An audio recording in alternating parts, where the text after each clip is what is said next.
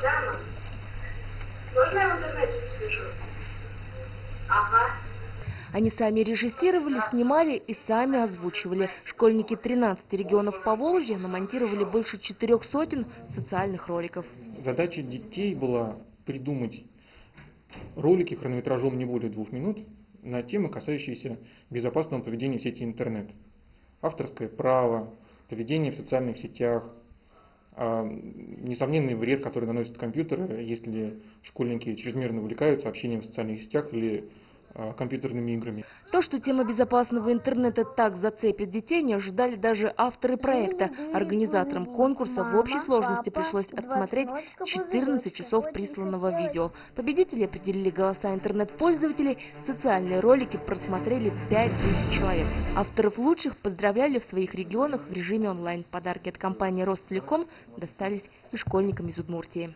Лепили кукол, рисовали в пейнте, интересные картинки, которые потом выкладывали в нашу презентацию. Ролик получился о правилах поведения в интернете.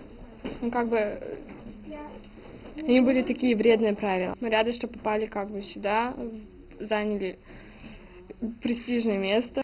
Имена главных победителей в секрете организаторы держали до последнего. И когда объявили результаты, наши, кажется, сразу и не поверили, что обошли школьников из Татарстана, Нижнего Новгорода, Кирова и еще десятка регионов. Ролики второклашек Можгинской школы жюри единогласно признало лучшим. Нельзя заходить на чужую страницу, потому что можно подхватить вирус.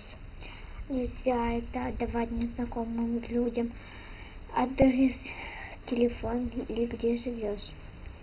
Потому что они могут быть не только добрые, но и злые. Мы, как, во-первых, телекоммуникационный оператор, который несем населению услуги телекоммуникации, интернета, знаем, что нашими услугами пользуются и дети в том числе. Поэтому на этой волне мы и придумали этот конкурс.